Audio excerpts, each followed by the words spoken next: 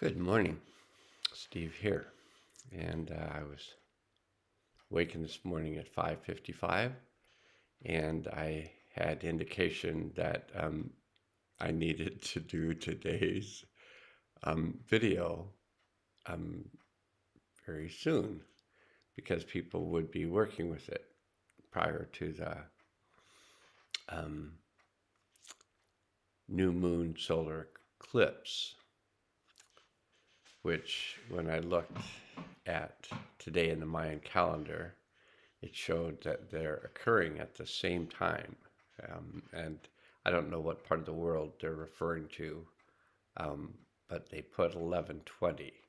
So I doubt that very much that 1120 is where it's occurring all along its travels across the um, United States.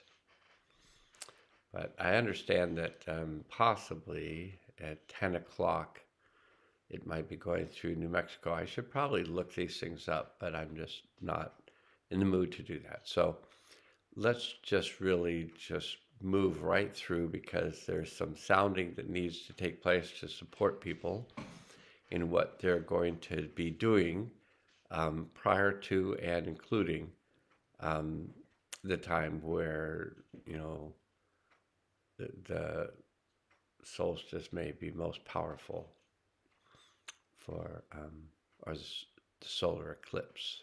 It's not the solstice. My bad. All right, so I think you're going to find this as fascinating as I did, and maybe not, which is okay. But I found it very interesting. I went to I went to the calendar for the Mayan calendar, and for today, it's White Magnetic Dog Day. And you might say, well, what does that mean? So there are 20 kin.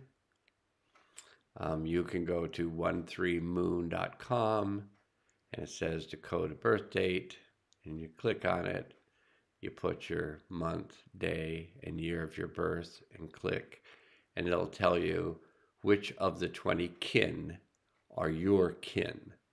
I mean, we're all kin, but based in what grouping you were born into, there are certain tendencies for you.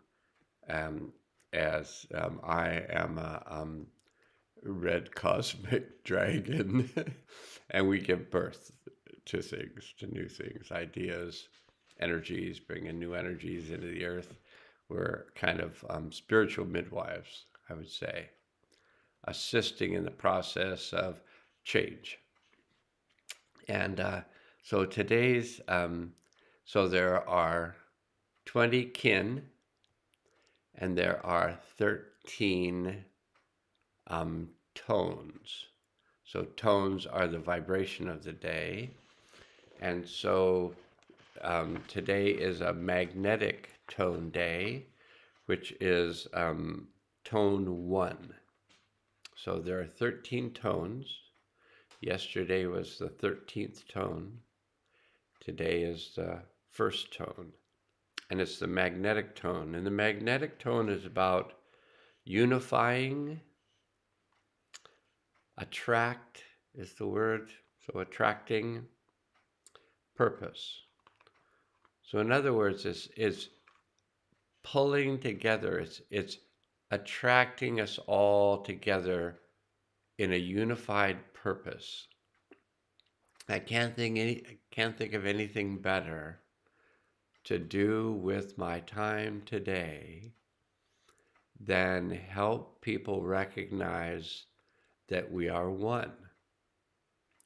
And I think you'll see, you know, even though these are just words I'm reading from a page, I think you're going to get that they're more than that. But we shall see. So in terms of, we're just going to start off in reading the tone for the day. So what tone you might want to focus on in yourself. Unify, attract, purpose.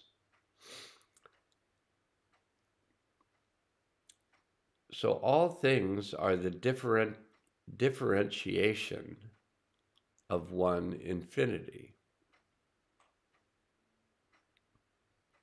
This is why I go back and listen to these videos frequently, because that's an infinity full of information.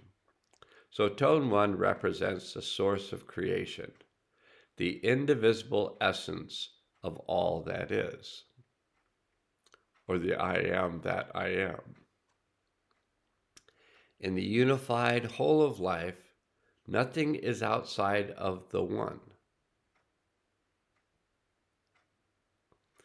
Awakening to the inherent unity of all things can expand one's sense of purpose. We realize we are each an expression of totality, embodying a unique and essential contribution.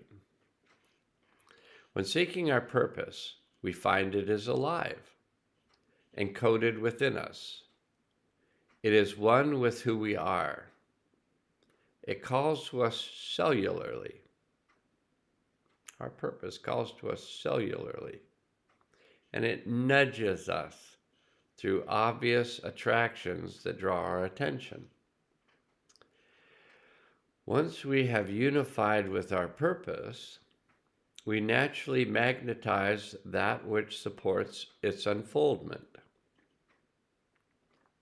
From the vast realm of infinite possibility, all is attainable as we open to receive from Source, the source which provides all, resources and synchronistic opportunity, are gracefully attracted. We find that others are drawn to the same cause, and we are never alone on this journey. Oneness decrees. There is only one moment. Oh, I think you might have heard this somewhere else yesterday.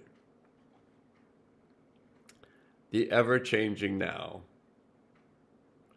As the now shifts, so must purpose transform as the moment directs. No purpose is too small. Every act serves the grand weaving of reality. In a continuous stream of energy, not a single movement can be insignificant. Ultimately, when investigating what our purpose is, let us know true purpose must serve the oneness. There you have it. If you want to argue with yourself, because you'll be arguing with the oneness, and may as well if you feel like it. We all serve the oneness by serving the now with sincerity at heart. So when you wake up at 5:55 and you have a sense that there's meaning in numbers, and you feel this feeling that you need to get up now because you need to make this video soon, and you still have cards to pull and hair to comb, and not very well, but still, you know, when I feel that call to get moving, then I most of the time move. Okay, so we said it was a white magnetic dog today. So the white dog, and I'll put this up here so you can, we'll see if it gets, if you can get focus. It's not a lot of light yet, and there's going to be less light later at 11:20, according to the calendar. 11:20 somewhere. I have to look up where will the solar eclipse be at 11:20, because that's when the new moon is also, I don't know how they get these specific numbers, but they do, and they might just be making it up, but we're making everything up, so I'm good with that. Okay, so today is a white magnetic dog. We just I read to you about the magnetic tone, and it's about like attracting and unifying our purpose in the oneness. Sounds pretty fun to me. But the white dog relates to the north, and it relates to the crown chakra. So this is like white, the white light that comes in to the third eye, and the third eye prisms it into the purple of the pituitary gland, the blue of the thyroid, the green of the thymus. And this is where I get kind of messed up sometimes, because I know it's the, I'm going to say, and I'm pretty sure that it's the yellow of the pancreas, the orange of the adrenals, and the red of the gonads. And also the red is the root chakra.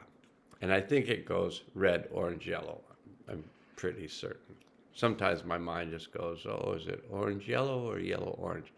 But I think it's the combination of the red and the yellow that creates the orange. I know it is, but the order, my apologies if I'm wrong. Okay, so the white dog, it's the crown chakra. It's that white or golden light coming into the crown through the hollow tube of the torus that we are. And I think it was yesterday I said, and I liked it very much, where I said, well, our body is the donut, but our being is the whole. And inside the pranic tube is where our deep self exists. And when we connect to our deep self, we go into the center of our torus. So we are within the whole, within the donut. It just kind of came through yesterday, but I'm beginning to understand it. Okay, so the white dog, the words for the white dog are loves, heart, and loyalty. And so this is a quote from William River Bento. Indeed, when the human soul's intrinsic value is to love, there can be no greater confirmation to what makes a person truly human and yet divine at the same time. The heart is both earthly and heavenly. In the chakras, the heart, there's 3 chakras in the above realm. So there's the pineal gland that takes the white light and divides it into 6 colors. So there's the upper realm is the pineal gland, the pituitary gland, and the thyroid. The center of that is the thymus, or also sometimes referred to as the heart chakra. The heart is the crossing point of the realm of spirit and the realm of form. So the lower 3 chakras, red, orange, yellow, refer to the body, earth energies. And the upper 3 chakras refer to the higher realm energies. And the heart is the crossover point for the upper realm coming into the lower realm. And that was just some understandings I came to through some kind of spiritual education back in the 80s. I'm pretty sure the 80s, 79, 80s, early 80s. Okay, so the heart is both earthly and heavenly, a medium between spirit and matter.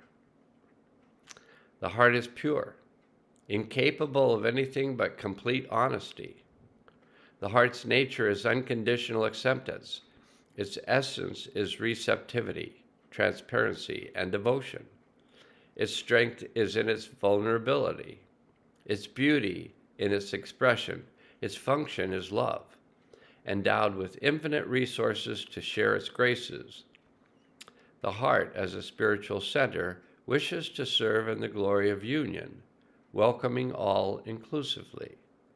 As we dwell in our heart's simplicity, love takes the reins, and a path of possibilities effortlessly opens before us. The heart's domain is relationship. Temples of initiation offering vast insight into the celestial prisms of the heart and the myriad layers of connectivity among souls. And I'm not going to say what I'm feeling while reading these words, but I'd be very interested in what you're noticing energetically as I read these words. So if I read these words and you notice something happening, it would be lovely if you would write it in a comment so that others go, yeah, if it's true that that's what they felt, they go, oh yeah, I felt that. I felt that energy, and describe that energy, because we're one. And today, really literally today, or now, which is the only time anything can ever happen, right now, today, we are going through a spiritual initiation. And yes, this solar eclipse is happening at the time of a new moon, which is the initiation of new things. And right now, it is now. And so, of course, it's oftentimes said, now is the time. So I was awakened pretty much like, get up. That kind of awakening this morning, like, get up. You have things to do. And of course, I am a combination of kind of being, a being, in a body on a planet. So I'm a combination of the being, which is, at times somewhat awake, and also of the being that is sometimes asleep. And it may be that the being is never asleep, really. And it may just be that sometimes our awareness isn't on ourself as being, and so we appear to be kind of bumbling idiots just kicking cans down the sidewalk, if you have a sidewalk. I mean, we can do it all. We're part of the whole. Okay. The heart's domain is relationship, temples of initiation. So just work with these energies, temples of initiation, offering vast insight in the celestial prisms of the heart and the myriad layers of connectivity among souls. White Dog urges us to seek out and enjoy our companions of destiny, our kin who fulfill our heart's longings to reciprocate true love. The basis of healthy relationships is to always honor the truth of one's own heart. Pain in one's life from unresolved wounds signal our attention, especially today. So today is a day of really letting go of whatever it is you're ready to let go of prior to that period of darkness that comes with the eclipse of the sun, and we can just release all of those unresolved energies into the dark. Just release them, let them go. Pain in one's life from unresolved wounds signal our attention. One of our heart's roles is to transduce pain into acceptance, resulting in peace. The personal process requires full awareness on feeling the sensations of the pain, whether physical or emotional, while recognizing that in a transcendental sense, the pain is not who we are. It is just showing blockages or imbalances. This is so true. It is merely passing through us, seeking a heart to meet and acknowledge it. If we give all the pain over to our heart center and surround it with a vigilant, patient, compassionate embrace, the fire of our self-loving acceptance burns away its veils, diminishing its intensity, and if needed, liberates us into the lessons underlying the pain. White Dog asserts that the essence of our being is love. Everything we do is either love or a cry for love. The all-curing medicine of compassion is sourced from the heart.